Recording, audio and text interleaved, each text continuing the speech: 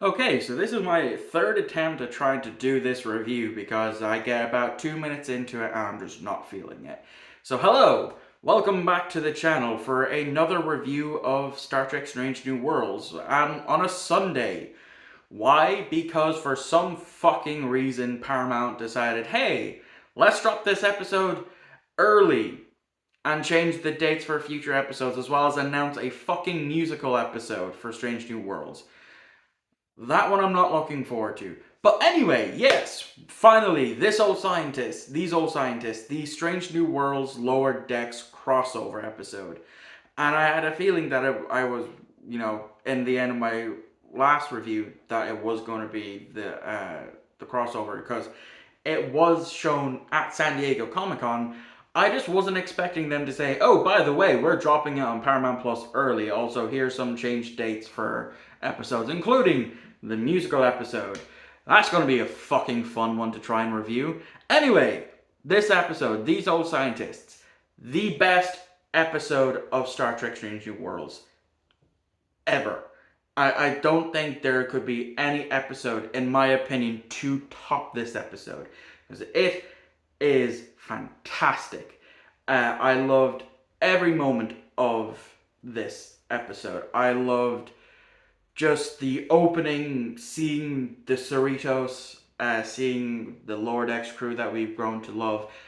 I will admit, it took me a while to actually like Lower Decks. It was probably by the end of the first season and this the start of the second season that I started to like that show. Um, and so when they announced that they were doing this crossover last year at San Diego Comic Con, I was really looking forward to it because I've grown to love the Lower Decks crew and seeing them interact with Captain Pike and younger versions of people that these people admire was amazing. So the episode mainly just for a good chunk of it revolves around Boimler and his escapades on the Enterprise because the episode opens, like I said, with the lower decks. They beam down to this planet to look at this time portal that they don't know is a time portal, um, and Boimler gets flung into the past and yeah, he then gets brought up onto the Enterprise, and they done a scan of his comm badge, which is also a communicator, so they are aware of that. I feel like I'm about to sneeze. I guess not. Yeah, so they immediately discover that. Boimler tries to play it cool, when he asks the star date and it's 5 digits. He's like, "Oh, 5 digits. Yeah, that's the perfect time to live in." And Pike's like, "We already know you're from the future." I just love I love that. Like it was the preview that they showed at the end of the Ready Room on Thursday for that, and um, I as soon as I saw that scene, as well as the snippets that we did see from the series trailer, had me really really looking forward to this. I said to myself, this is going to be the best episode, and it was. Boimler's trying really, really hard not to uh, say stuff about the future, but he inadvertently does. One of the big running gags is Spock showing emotion.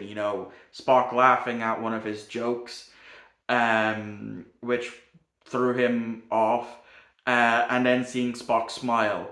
And I even throughout the entire episode seeing Spock smile, I was like, ugh, that's a near no go. I mean, yeah, Leonard Nimoy Spock did smile a bit throughout the original series, but yeah, it's just whatever Ethan Peck is doing when he's smiling to make it look that creepy is mwah, chef's kiss. And then when they eventually go to send Boimler back, of course Mariner, being Mariner, fucks it up. She gets flung into the past as well, and she immediately wants to meet Uhura. Understandable, very very understandable. And so then they realize, oh yeah, they're fucked. They're stuck there. After getting the portal back from Orions, who are scientists, and in their time, it's offensive to even conceive that Orions can be anything other than pirates, and it's really funny, especially Boimler lets slip of Pike's birthday is coming up, because even the crew don't know about his birthday, and he says, "Oh, maybe you should throw a surprise party because where I come from, his birthday is a national holiday." Like the fucking idiot that he is. And then, of course, Mariner lets drop to number one that he has a poster of Una in his bunk, and she's very weirded out about that because she thinks it's the pin-up style of the 50s types of thing, and I'll be honest, I wouldn't mind having a poster of Rebecca Romijn in my room. It would get looked at quite a lot. Anyway, moving on. Yeah, this whole episode, was absolutely amazing. Everyone from the crew that we know got a chance to shine. Um, La'an was in it decently enough. The same with Nurse Chapel. Boimler kind of said, the Spock that I know, he's very serious and stoic and doesn't smile and all that, and that kind of puts a dampener for their relationship, knowing that it's not going to last. So she now knows it isn't going to last. Like I said, I don't think this relationship is going to last past this season.